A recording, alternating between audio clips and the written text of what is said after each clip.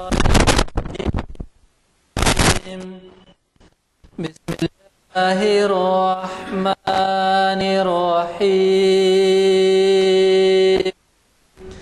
ألم تر كيف فعل ربك بأصحاب الفيل ألم يجعل كيدهم في تضليل وأرسل عليهم طيرا أبابيل ترميهم بحجارة من سجيل فجعلهم كعصف مأكول. صدق الله العظيم. السلام علیکم حضرات، جیسے کہ آپ واقف ہیں، آج ہمارے اعلامیہ نمبر 414 کی کا چوتھا آئٹم ہے، اور وہ ہے دین اسلام اور شریعت، اور ہمارے مقرر ہیں ڈاکٹر محمد متین الدین قادری۔ یہ محفل ہمارے ہاں جامع مسجد عالیہ کے کانفرنس ہال میں بعد نماز عصر آج 9 جنوری 2012 بروز پیر منعقد ہو رہی ہے، 14 صفر 1433 ہجری، اور اس میں آپ کے جانے پہچانے مقرر ڈاکٹر محمد متین الدین قادری، جنہوں نے خود اپنا عنوان دین اسلام اور شریعت دیا ہے، وہ آپ کو مخاطب کر رہے ہیں۔ آپ ان سے واقف ہیں، یہ ہمیں اس سے پہلے کئی مرتبہ استفادے کا موقع دے چکے ہیں۔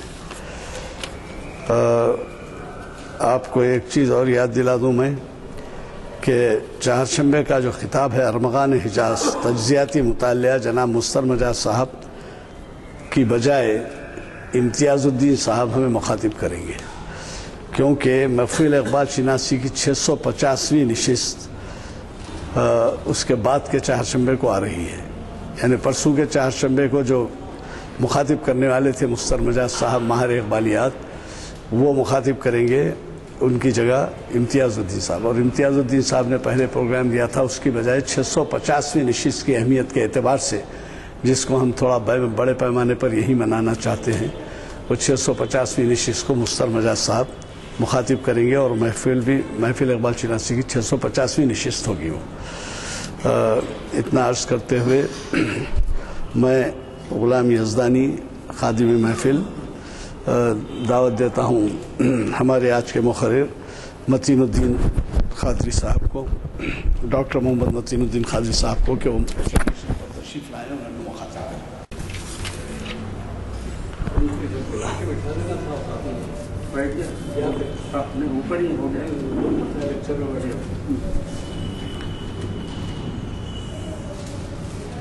السلام علیکم۔ اعوذ باللہ من الشیطان الرجیم، بسم اللہ الرحمن الرحیم، الحمد للہ رب العالمین، الصلاۃ والسلام علی رسولہ النبی الکریم، اما بعد۔ محترم علی جناب غلام یزدانی صاحب، سینئر ایڈوکیٹ، معزز حاضرین اکرام،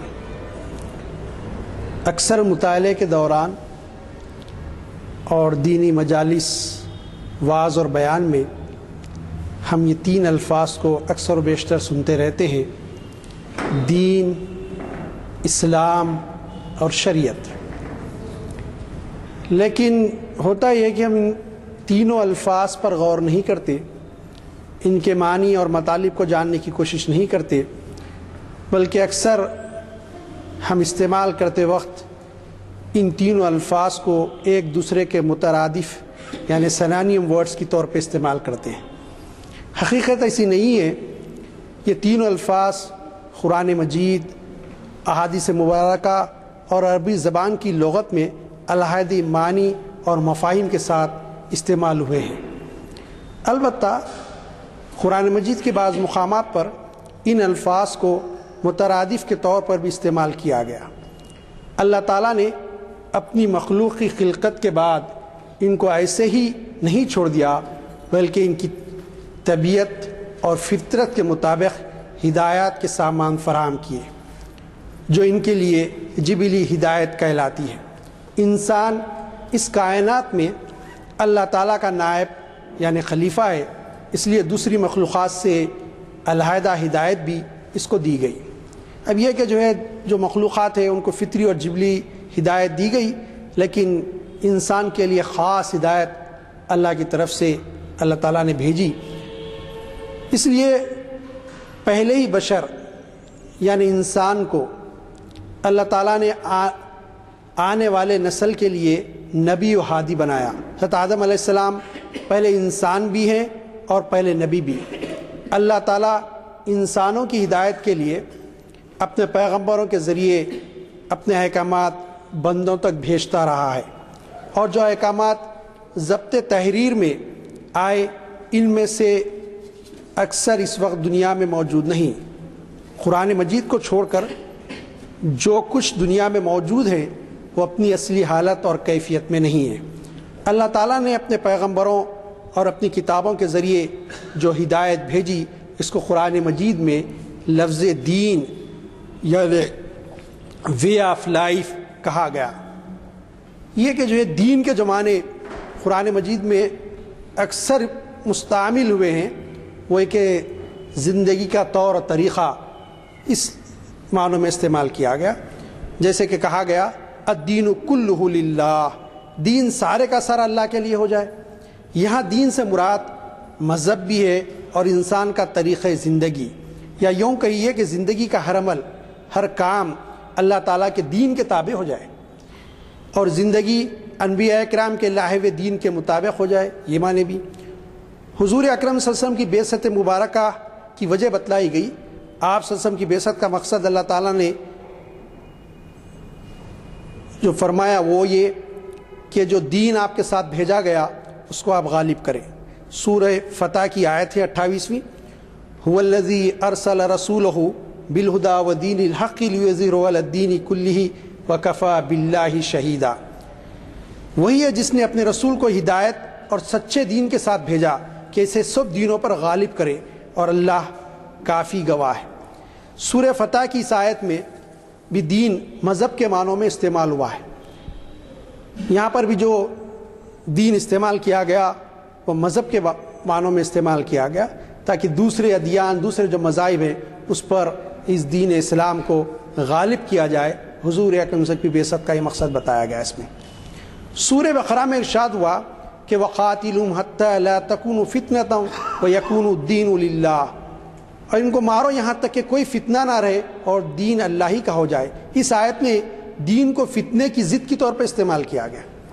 ہم یہاں غور کریں کہ یہاں لفظ دین جو لایا گیا فتنہ بھی لایا گیا، اور اس کے بالمقابل کوئی لفظ لایا گیا تو وہ دین کا لفظ استعمال کیا گیا۔ اس لیے کہا گیا دین کو فتنے کی ضد کے طور پر استعمال کیا گیا، اور فتنے کے معنی یہاں پر جو لیے گئے باطل عقائد شرک و کفر کے لیے گئے، اور دین کے جو معنی لیے گئے یہاں پر صحیح عقیدہ اور توحید کے مفہوم میں یہاں دین کو استعمال کیا گیا۔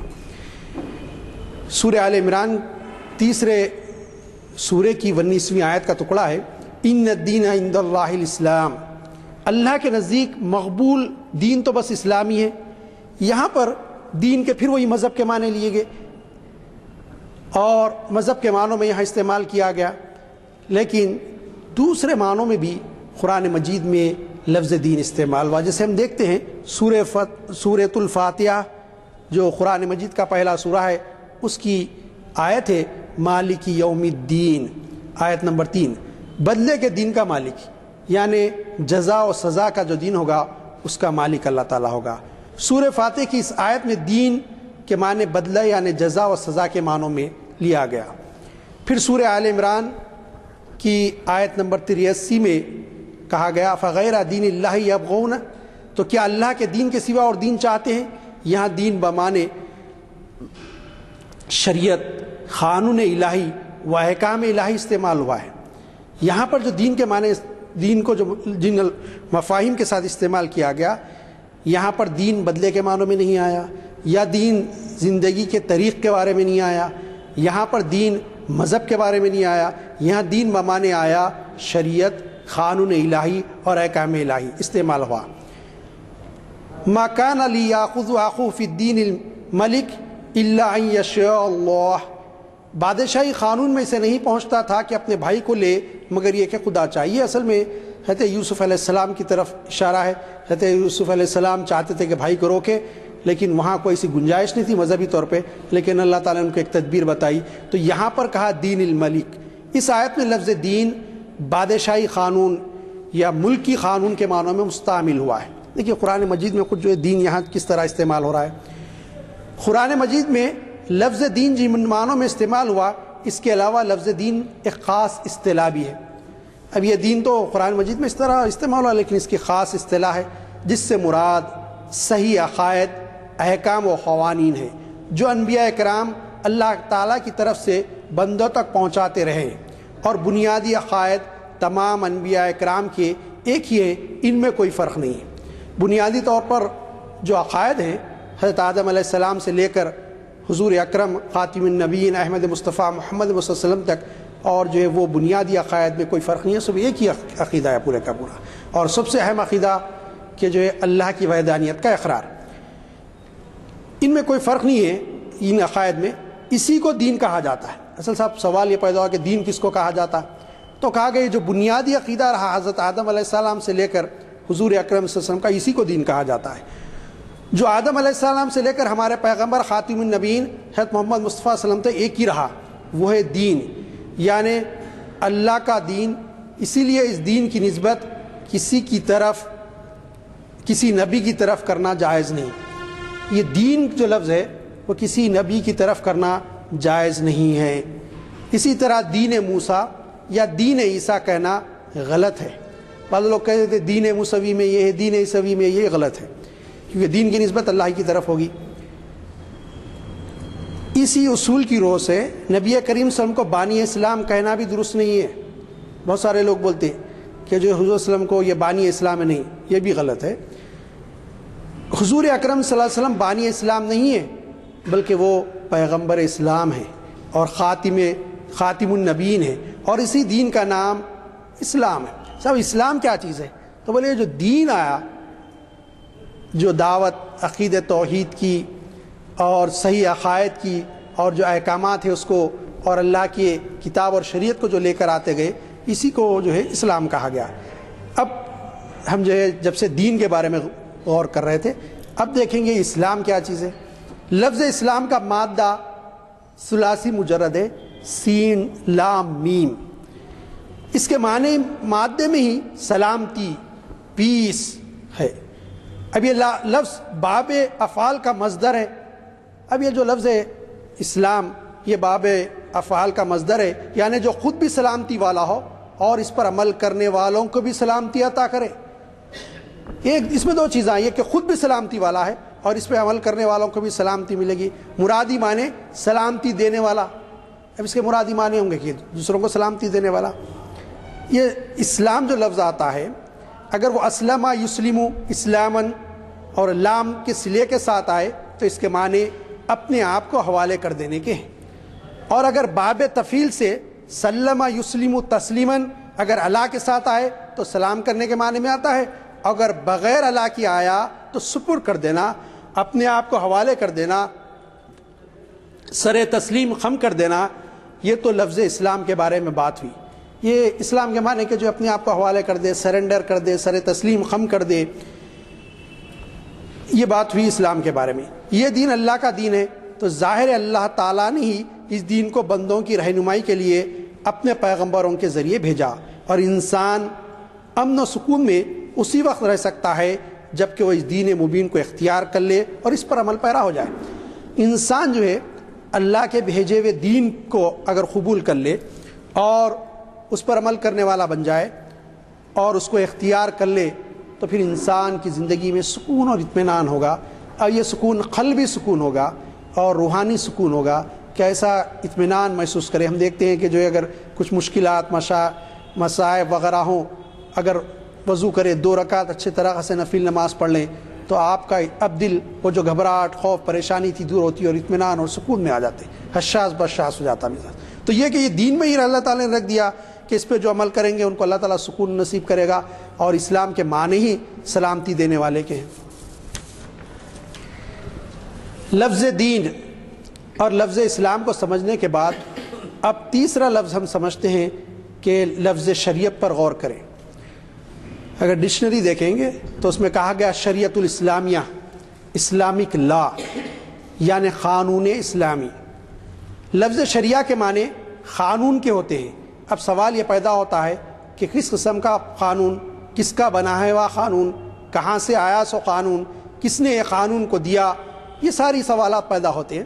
اس بارے میں یاد رکھنا یہ جو قانون کی بات کہی جا رہی ہے یہاں پر، یہ قانون اوامر و نواہی کا ہے، حلال اور حرام کا قانون ہے۔ سب یہ ہر قانون قرآن بناتا ہے سب انسان کی زندگی میں انسان کو کیا چیزیں حلال ہیں، کون سی چیزیں استعمال کرے، کون سی چیزوں کے قریب جائے، کون سی چیزوں سے پرہیز کرے، کون سی چیزوں کو قریب نہ جائے، کون سی چیزوں کو استعمال کرے اور کن چیزوں کو استعمال نہ کرے، یہ قانون دینے والا یہ ہے اصل معاملہ۔ میں سب یہ بعض خود لوگ سوچتے کہ دنیاوی جو مسائل عمل کرتے ہیں کچھ بناتے ہیں تو نے سب یہ اب روڈ پہ چلنا، مثال کے طور پر میں مثال دیتا ہوں، روڈ پہ چلنا ہم دائیں جانب چلتے، دوسرے ممالک میں جو ہے سیدھی جانب چلتے۔ ارے صاحب یہ غلط، یہ کوئی بھی غلط نہیں ہے، سہولت کی خاطر انسان بنایا سو قانون ہے۔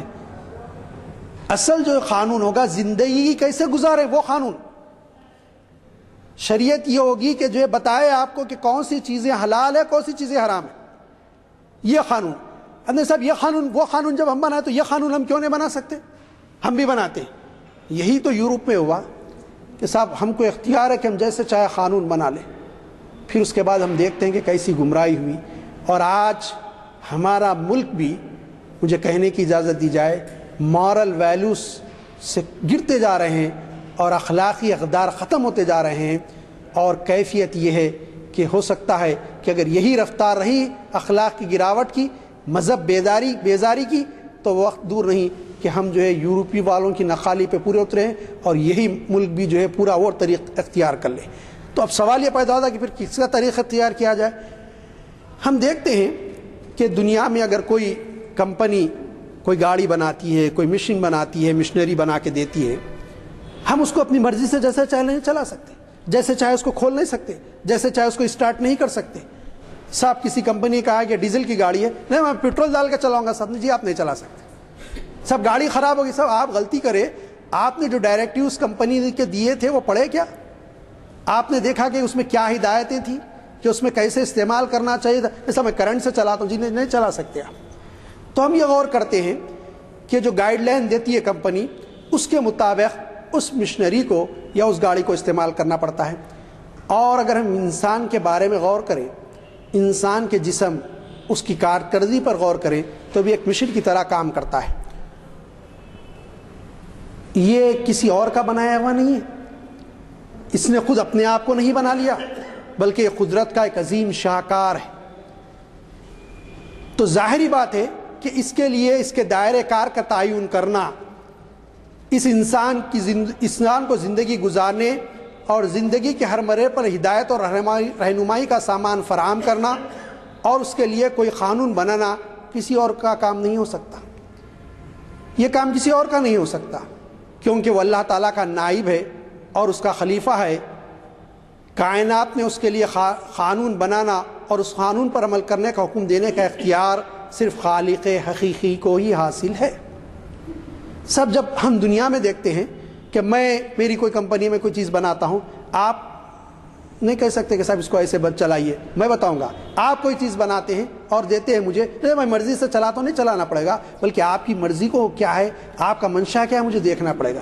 تو یہ انسان نے بنا لیا نہیں، تو اس لیے اپنا قانون آپ نے بنا سکتا۔ اسی طرح اللہ تعالیٰ نے بنایا تو اب اس کو اختیار ہے کہ آپ کو قانون بنا کے دے کیا چیزیں حلال ہیں اور کیا چیزیں حرام، کون سی چیزوں سے کے قریب جانا چاہیے، کون سی چیزوں کے قریب سے دور رہنا چاہیے۔ یہ سارے احکامات جو دیے جاتے ہیں اس کا اختیار اسی کو ہے۔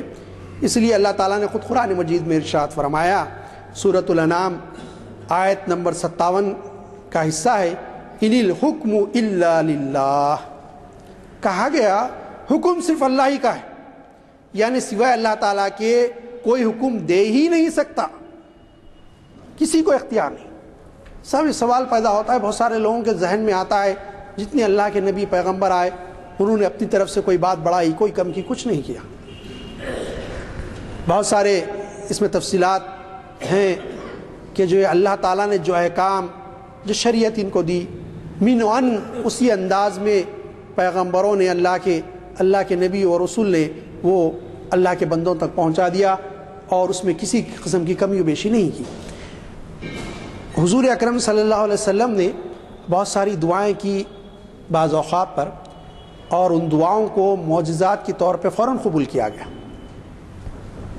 جیسے کہ جو ایک صحابی رسول جمعے کے موقع پر آئے اور کہا کہ جمعے کا خطبہ دے رہے ہیں وسلم, کہا کہ وسلم خیر پڑھا ہے, بارش کے لیے دعا کیجیے. حضور اکرم صلی اللہ علیہ وسلم نے بارش کے لیے دعا کی, نماز ختم نہیں ہوئی بارش شروع ہو گئی. ابر کا تصور بھی نہیں تھا. پھر دوسرا جمعہ آیا, پھر وہی شخص آئے, آ کر یا رسول اللہ ایک ہفتے سے بارش رکی نہیں ہے, بارش رکنے کی دعا کیجیے. عمر سمجھ گئے, کہنے لگے یا رسول اللہ دعا ایسے فرمائی کہ بارش ہو نفع بخش. اگر حضور بولتے بارش نہ ہو تو پھر بارش ہی نہیں ہوتی. حضرت عمر کا یہ گمان تھا. یہ سب چیزوں کے باوجود ہم دیکھتے ہیں کہ حضور اکرم صلی اللہ علیہ وسلم کا معمول تھا کہ نماز عصر کے بعد اپنی ازواج مطہرات کے پاس تشریف لے جاتے. ایک مرتبہ ایک زوجہ محترمہ نے حضور ام المومنین نے حضور اکرم صلی اللہ علیہ وسلم کے سامنے شہد پیش کیا.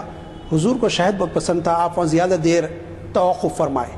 دوسری زوجہ محترمہ کو اندازہ ہو گیا کہ وہاں شہد تھا, اس لیے وہ شہد حضور اس کو استعمال کرتے رہے, اس لیے میرے پاس آنے تاخیر کر دیے. تو انہوں نے تنزیہ کچھ جملے کہے, حضور کو بڑے ناگوار گزرے. حضور صلی اللہ علیہ وسلم نے فرمایا آئندہ سے ہم شہد نہیں کھاتے.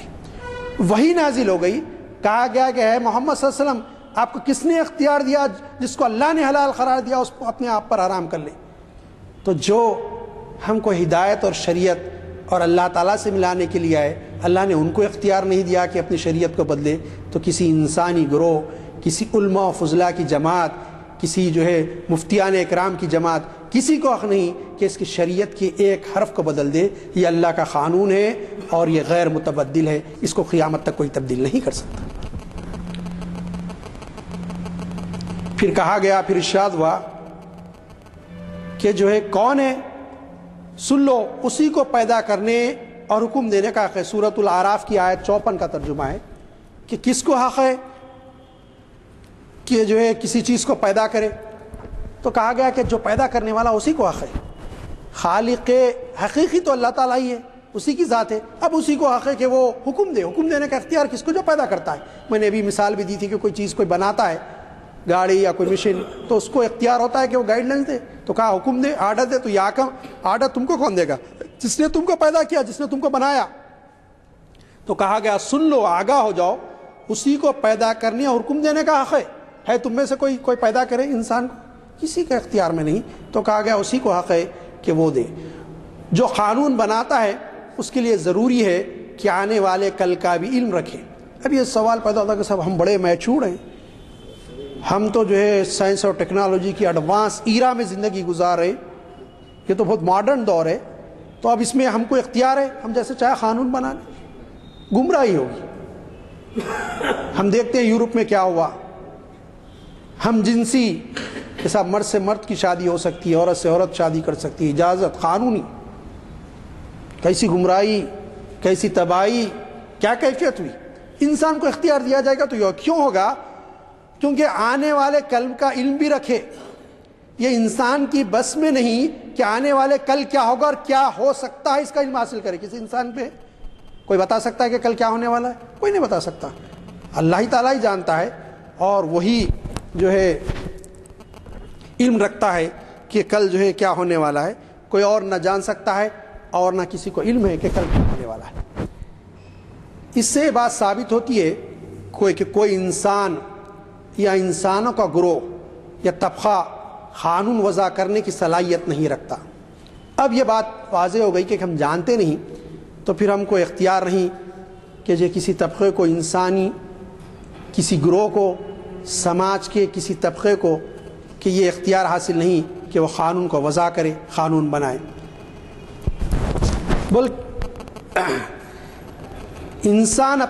بلکہ یہ ہونا چاہیے کہ انسان اپنے جیسے انسانوں کو کس وقت کیا ضرورت پیش آ سکتی ہے, اس سے بھی واقف نہیں ہے۔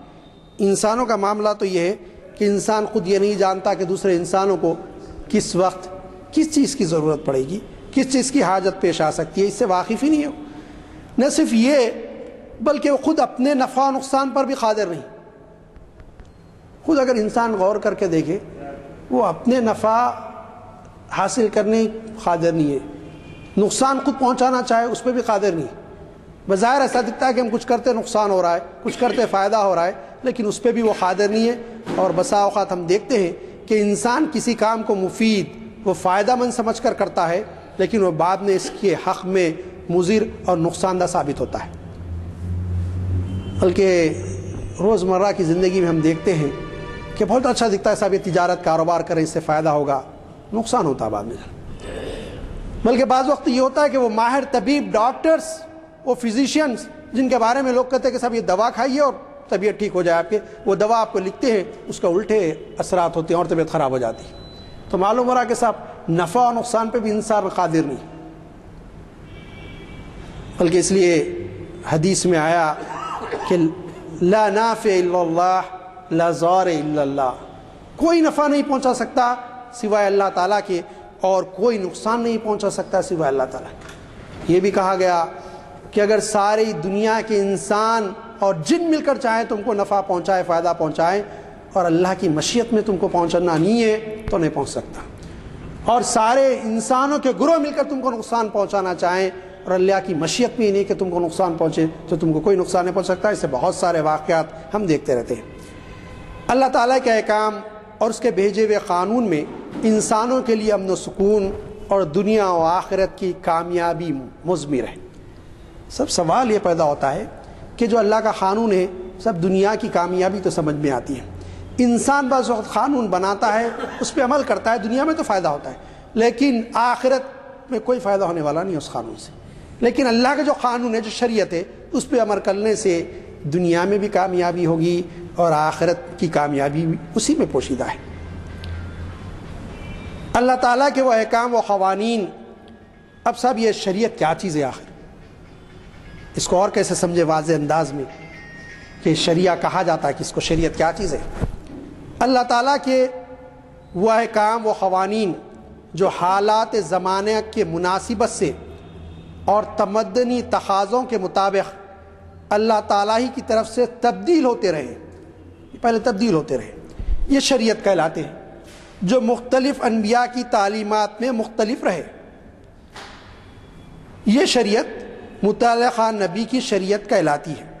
جو شریعت تھی، جو بھی نبی رسول جو شریعت لے کر آئے تھے، وہ ان کا تعلق اسی نبی اور اسی رسول سے تھا، اور اس کی نسبت اسی رسول کی طرف ہی کی جاتی ہے۔ مثلا شریعت موسوی، شریعت عیسوی، شریعت محمدی صلی اللہ علیہ وسلم وغیرہ۔ رسولوں کی شریعت حالات اور ضروریات کے مطابق تبدیل ہوتی رہتی ہے۔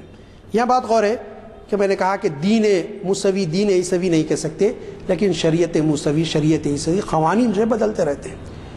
روزے بھی رہے، نمازیں بھی رہی، ترتیب تعداد میں فرق رہا۔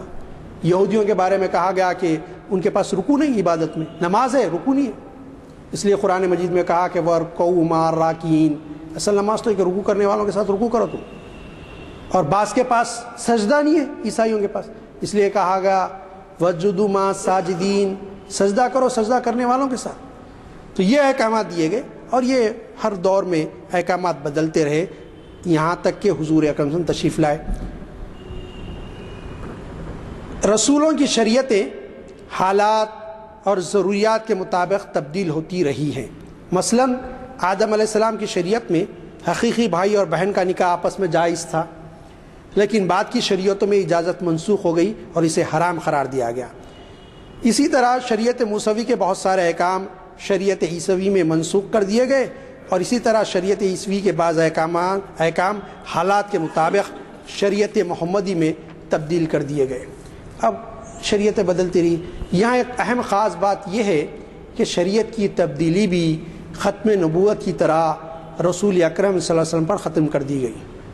اب تبدیلی ضرور ہوتے رہی، لیکن جب حضور اکرم صلی اللہ علیہ وسلم شریعت لے کر آئے تو اب یہ ختم کر دیا گیا کہ اب کوئی تبدیلی نہیں، نبی رسول آنے والے نہیں تو شریعت میں تبدیلی کی کوئی گنجائش نہیں۔ چنانچہ اب شریعت محمدی میں کوئی تبدیلی نہیں ہو سکتی، کیونکہ جب شعور انسانی زندگی کے تمام حقیقتوں کا ادراک کرنے کے قابل ہو گیا اور حیات انسانی کے خد و خال مکمل طور پر ابھر کر سامنے آ گئے تو نبوت بھی ختم کر دی گئی اور شریعت میں تبدیلی کا راستہ بھی روک دیا گیا۔ البتہ حالات اور ضروریات کی خاطر قیاس کے ذریعے اجتہاد کا دروازہ قیامت تک کھلا رکھا گیا۔ یہ بھی خاص بات ہے صاحب، کل میں تو فرق نہیں ہوگا، بنیادوں میں تو فرق نہیں ہوگا، جزیات میں فرق ہو سکتا ہے۔ کچھ حالات ہوتے ہیں، بعض احکامات ایسے ہیں جس کی وضاحت پورے قرآن حدیث میں ملنے نہیں پاتی، حالات کے لحاظ سے کچھ چیزیں آتی، تو اب یہاں ایک گنجائش رکھی گئی شریعت محمدی علیہ السلام میں، قیاس، یعنی قیاس کر کے نئے احکام و قوانین وضع کیے جا سکتے ہیں۔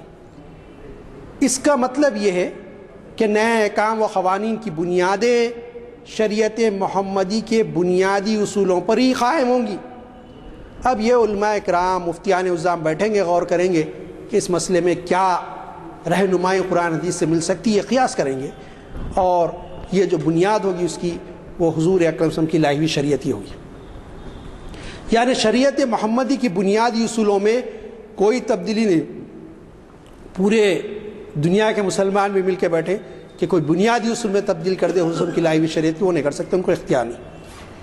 اس طرح دین و شریعت دونوں غیر مبدل ہیں، دین بھی تبدیل نہیں ہو سکتا، شریعت بھی تبدیل نہیں ہو سکتی، اس میں تبدیلی ممکن ہی نہیں، اور نہ شریعت کے بنیادی تصورات میں اسی طرح اسلام کو جامد ہونے سے محفوظ کر دیا گیا۔ بنیادی تصورات میں تبدیلی نہیں ہوئی، لیکن یہ قیاس کی گنجائش رکھ کر اسلام کو جامد نہیں کر دیا گیا، اس سے محفوظ کر دیا۔ یہ حکیمانہ فیصلہ ہے جو اللہ تعالیٰ اور اس کے رسول نے فرمایا، لہٰذا اب اسلام ایسا جامد بھی نہیں کہ حالات اور ضروریات زمانے کا ساتھ نہ دے سکے، اور نہ ایسا معمی مجسمہ ہے کہ اس کو خواہشات نفسانی کے مطابق جس طرح چاہا ڈال لیا جائے۔ یہ بھی نہیں ہے کہ جس طرح جائے، جیسے عیسیٰ علیہ السلام کی شریعت کا ہوگا، اتنی تبدیلیاں، اتنی تحریفات کہ اب کوئی بھی چیز شک و شبہ، ہر چیز میں شک و شبہ ہونے لگا کہ کوئی چیز اصلی حالت میں رہی نہیں، یہ کیفیت ہو گئی، اتنا بدل دیا گیا۔ غرض شریعت اسلامی ایک مکمل اعتدال کی روش کا نام ہے۔ یوں اسلام کے سارے اوامر و نواہی، احکام و مسائل معتدل اور متوازن ہو گئے، اور افراط و تفریط سے پاک ہو کر اسلام ایک ایسا نظام زندگی بن گیا جو کسی زمانے کے ہر چیلنج کا مقابلہ کر سکتا ہے، اور دنیا کے ہر علاقے، ہر قوم کے لیے ہمیشہ کے لیے قابل عمل ہے۔ اللہ تعالیٰ سے دعا ہے کہ مالک، ہم نے دین، اسلام اور شریعت کو جو سمجھنے کی کوشش کی، مالک دانستہ طور پر یا غیر دانستہ طور پر اس میں کوئی کوتاہی اور کوئی سہو ہم سے ہو گیا، ہمارے ساتھ عفو و عذر کا معاملہ فرمائیے اور اس بات کو ہمارے ذہنوں سے نکال دیجیے۔ مالک جو باتیں آپ کو، آپ کے پیارے حبیب صلی اللہ علیہ وسلم کو پسند ہیں، مالک وہ ہم سے قبول کر لیجیے، ہمارے ذہن و خلق جما دیجیے اور اس پہ ہم کو عمل کرنے والا بنائیے۔ اور مالک یہ جو کوششیں کر رہے ہیں ہمارے غلام یزدانی صاحب، سینئر ایڈوکیٹ، اللہ تعالیٰ ان کو صحت اور تندرستی اور دیر پا حیات دے، تاکہ یہ اسی طرح دین اور شریعت کے تعلق سے یہ جو محافل رکھ رہے ہیں اور زیادہ سے زیادہ محافل رکھ سکیں۔ ہم یہاں جو موجود ہیں مالک، ان میں جو روحانی امراض میں مبتلا ہیں ان کو شفا دیجیے، جو جسمانی امراض میں مبتلا ہیں ان سب کو شفا کلی دیجیے، اور ہم سب پر رحم اور کرم کا معاملہ فرمائیے، اور ہم میں سب کو ہدایت اور صراط مستقیم عطا فرمائیے۔ صلی اللہ تعالی علی خیر خلق محمد وآلہ وصحبہ اجمعین برحمتک یا ارحم الراحمین۔